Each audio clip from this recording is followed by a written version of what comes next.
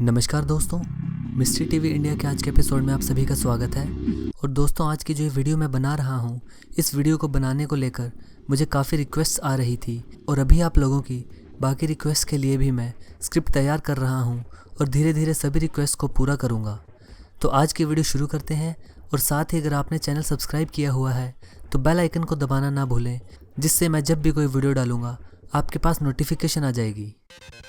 द्वितीय विश्व युद्ध में लगभग 5 से 7 करोड़ इंसानों की मृत्यु हुई थी और जिसमें से 80% केवल इन 4 देशों से थे, जो कि हैं रशिया, चाइना, जर्मनी और पोलैंड।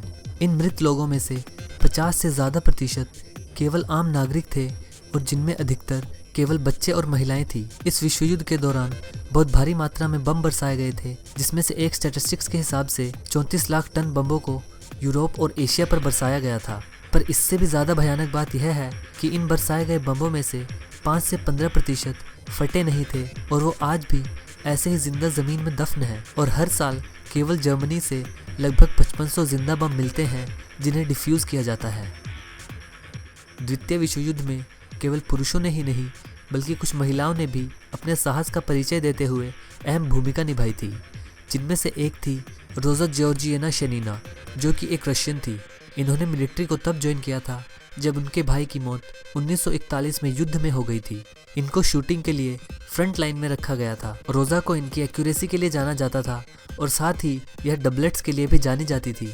डबलेट्स का अर्थ है एक के बाद एक गोली चलाकर 2 लोगों को मारना। यह सोवियत यूनियन की पहली महिला स्नाइपर बनी थी जिन्हें ऑर्डर ऑफ ग्लोरी के अवार्ड से नवाजा गया था। 1944 में एक कैनेडियन अखबार ने इन्हें the unseen terror of east Prussia कहकर संबोधित किया था। दुर्भाग्यवश यह ईस्ट प्रशियन अटैक में शहीद हो गई थी। रोज़ा ने विश्व युद्ध के समय 59 नाजी जर्मन सैनिकों को अपनी गोली का शिकार बनाया था। द्वितीय विश्व युद्ध के कुछ आखिरी के महीनों में जापान की एक मिलिट्री यूनिट जो थी यूनिट 731, वो एक बेहद खतरनाक इरादों के साथ अमेरिका पर हमला करने वाली थी और शायद जिससे अमेरिका युद्ध में पराजित भी हो जाता। जापान की यूनिट 731 ने अमेरिका पर बायोलॉजिकल अटैक करने का फैसला किया था, जिससे अमेरिका जापान पर कोई हमला करने के काबिल ही न रहता।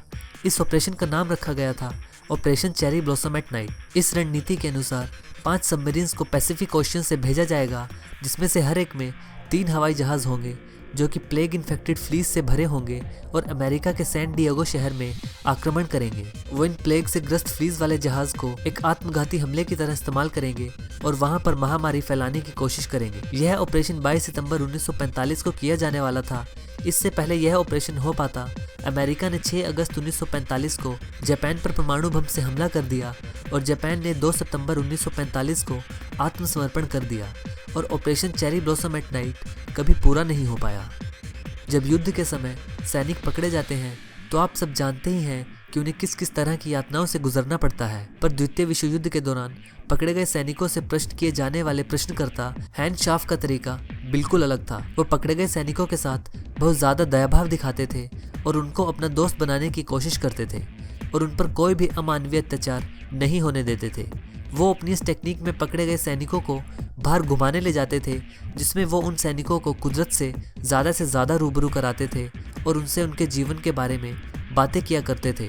पर हाँ, उन सब सैनिकों को बाहर ले जाने से पहले उन्हें वह शपथ दिलाते थे कि कोई भी भागने की कोशिश नहीं करेगा। और इस सब के कारण उन सब सैनिकों के अंदर किसी प्रकार का कोई डर नहीं था और वो सब शाफ से और भी ज़्यादा बातें करने लगते थे और साथ ही साथ वो बाहर जाते हुए कुछ ऐसी बातें भी सामने रख देते थे जो बातें शाफ को उनसे निकलवानी होती थी। और उन सैनिकों को इस बात का एहसास भी नहीं होता था कि उन्होंने कुछ बेहद अहम जानकारियां शाफ को दे दी हैं। शाफ की यह टेक्निक इतनी ज़्यादा प्रभावशाली थी कि यूएस ने स्पेशल इन्हें लेक्चर्स देने के लिए आमंत्रित किया था, जिसमें से कुछ लेक्चर्स इन्होंने पेंटागन में भी दिए थे।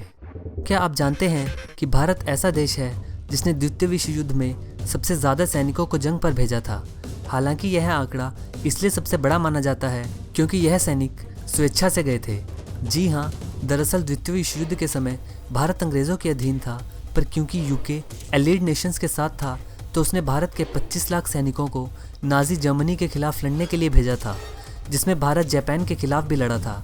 और इसके परिणाम स्वरूप भारत के लगभग 87,000 सैनिक शहीद हुए थे और इनकी शहादत पर फील्ड मार्शल सर क्लाउडे ऑशिनलैक, जो कि ब्रिटिश आर्मी कमांडर थे, उन्होंने कहा कि अगर उनके पास भारतीय सेना ना होती तो शायद जो उन्होंने युद्ध में पाया है वो ना पा सकते।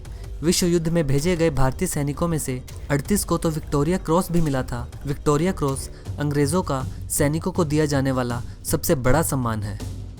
तो दोस्तों, यह थी वीडियो द्वितीय विश्व युद्ध के 5 तथ्यों के बारे में। अगर आपको वीडियो पसंद आए तो इसे लाइक और शेयर ज़रूर करें, और अगर आप इस चैनल पर नए हैं तो चैनल को सब्सक्राइब ज़रूर करें। अगली बार एक ऐसी ही रोमांचक वीडियो लेकर प्रस्तुत होऊंगा। तब तक के लिए नमस्कार।